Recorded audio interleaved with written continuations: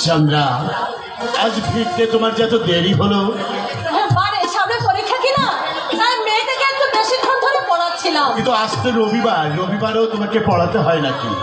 পড়াতে হবে না, জানো পরীক্ষা যে গিন্নি বলেছে মেয়েটা যদি ভালো করে পাশ করতে পারে তাহলে আমাকে আরো 5 টাকা মাইনে তা বাড়িয়ে তো দেবে। বাড়াবে চন্দ্রা, কিন্তু এদিকে তো আজও কিছু করে উঠতে না পারবে না। চন্দ্রা, কত বন্ধু বান্ধবদের কাছে আমি গেলাম, কেউ কেউ আমাকে একটুটুকু সাহায্য করলো না।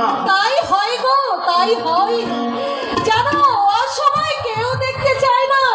6 মাসের বাড়ি ভাড়া বাকি পড়ে আছে, তাছাড়া মুদির দোকানে অনেকগুলো টাকা বাকি, খোকার দুধ।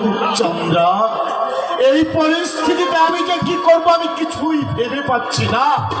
তুমি আমি ওই ভগবান না হয় না কে সুখে সুখে মরবো, কিন্তু আমাদের কচি খোকা হয় কি দুঃখের সময় কেউ না থাকলেও আমাদের ভগবান তো আছে। কিন্তু আমার বাবা, আমার জন্মদাতা বাবার অভিশাপ কখনো ব্যর্থ হবে না চন্দ্রা। সেই অভিশাপ যে আমাকে তিলে তিলে ধ্বংস করে দেবে, আমার জীবনের সমস্ত সুখ শান্তি পুড়িয়ে ছাই করে দেবে।